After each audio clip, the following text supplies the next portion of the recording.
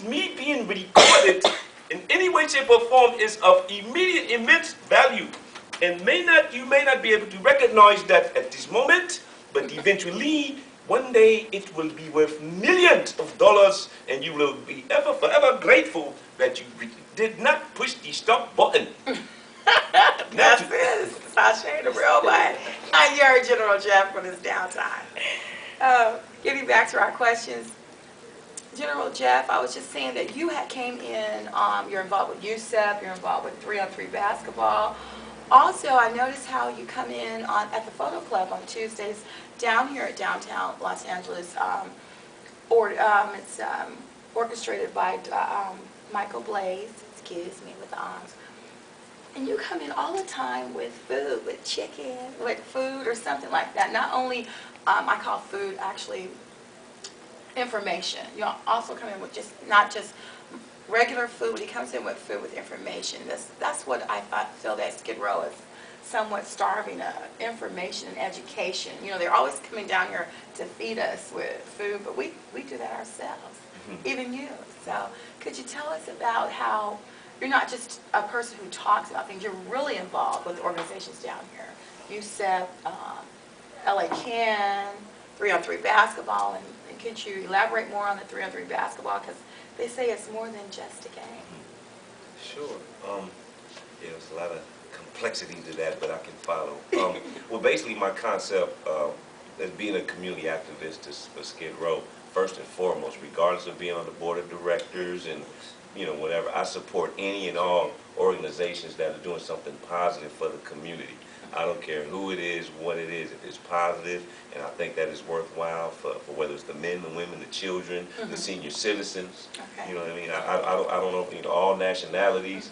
I don't overlook anybody. If their life has brought them to this place at this moment in time, then if there's anything that I can do to help and support, then I'll do that, whether it be, speaking, feeding, teaching, helping, writing letters of support, whatever it takes, speaking on behalf of, because a lot of people are scared to address their issues, and, a lot of people come to me, and then I'll address those issues on that person's behalf. And so there are a lot of wonderful grassroots organizations, and the one that you specifically asked about was the Skid Row 3-on-3 Streetball League, wonderful basketball league started by Manuel Campito, who he's affectionately known down here as OG Man in Skid Row, and he's actually a true artist. He's a wonderful painter, and he's actually multi-talented as well in so many different realms, and that's how he and I have this wonderful relationship, because of the fact that we have a lot in common, being multi-talented. And so he also initiated this Father's Day celebration in Skid Row, because the fathers weren't being recognized. You always hear about Mother's Day, and then the fact that Skid Row is the concept of Skid Row is like single room occupancy, single men. And so the men are down here, they needed some type of upliftment, boost, a self-esteem boost, if you will. And so about 4 years ago, he started the Father's Day celebration. And then last year, in addition to that, he was looking for additional programs, always trying to get better than the year before. And I love that about him. And he started a basketball tournament. And it was just, just a little tournament, just a little weekend thing. But the community responded to it so well that the demand was just so big that they, please turn it to a league. We want more of this. We want more of this. Keep it going. So that's when the actual streetball league developed, and it has grown into this. It's taken on a life of its own. And after our first season, I came on in the first season as the marketing director, because, like I say, I'll support anything that I believe in and that's positive for the community. And so me being the marketing director, we came up with a lot of different ideas in terms of marketing and exposure, and especially like words of the week. That was a strong component that we went through the education committee at the Downtown Los Angeles Neighborhood Council. This was before I ran.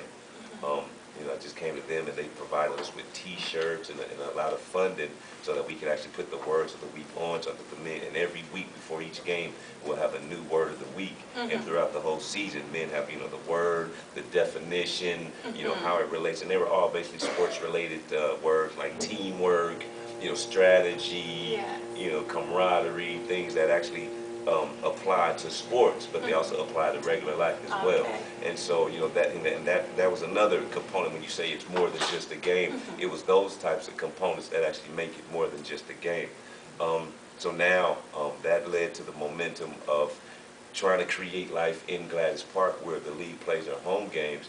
And so right now the park is under construction with the a project I created through a partnership with Department of Rec and Parks and Nike Footwear, the shoe company. Okay. And they're actually reconfiguring the park, and they're doing the park improvements, and they're resurfacing the basketball courts, and now it's going from 2 half courts to 1 big full court.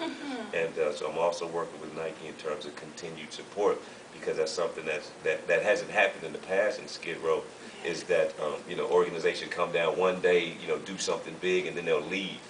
And so with the organization as big and recognized worldwide as Nike, I think it's very important that they have established themselves as a continued support group to the Skid Row community, because just the name Nike alone coming down and doing something with the park has done so much for the esteem of not only the league but the players and the community members as well that come out and support the league. So it generates some excitement. So we're looking to build on that. So Nike is already you know, already bought into it, and so we're looking at bigger things in 2009, seeing that we're in December of 2008. So we're making a lot of progress, and there's more to come.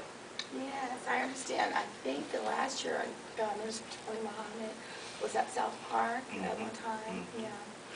Also, I wanted to ask you, Jeff, let's just get real. What brought you down to Skid Row?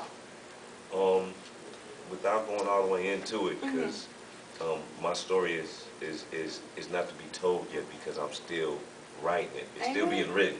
Okay. So you know, it's kind of hard to tell a story as you're going along, but it's basically financial hardship. Okay. We'll just leave it at that. It's financial hardship. And so I thought it would be easier for me to come to Skid Row and save money and stack up, and then go back and do what it is that I do. But once I got down here, I saw the conditions were so deplorable and horrendous. And so I thought, well, let me, you know, advise and inform people. Maybe they really aren't aware of how bad it is. I mean, everybody knows Skid Row is bad all over the world, but I don't think people, you know, people on the outside looking in. But once I came on the inside looking out, and it's a whole totally different perspective. And I thought, you know, there are politicians or these movers and shakers and decision makers, as I like to call them, and you know, whether they're social service providers or folks in the missions, or somebody that needs to address this situation because it's out of control.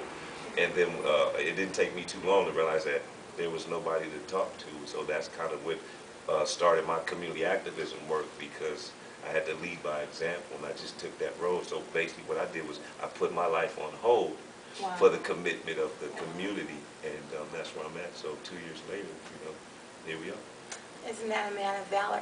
You know, the depiction down here is that most people that reside, you still live down here, don't you, Jeff? Yes, I do. Okay, the people that usually reside down here are usually drug addicts, derelicts, some type of menace to society. And as you see, this gentleman came down here because of finances.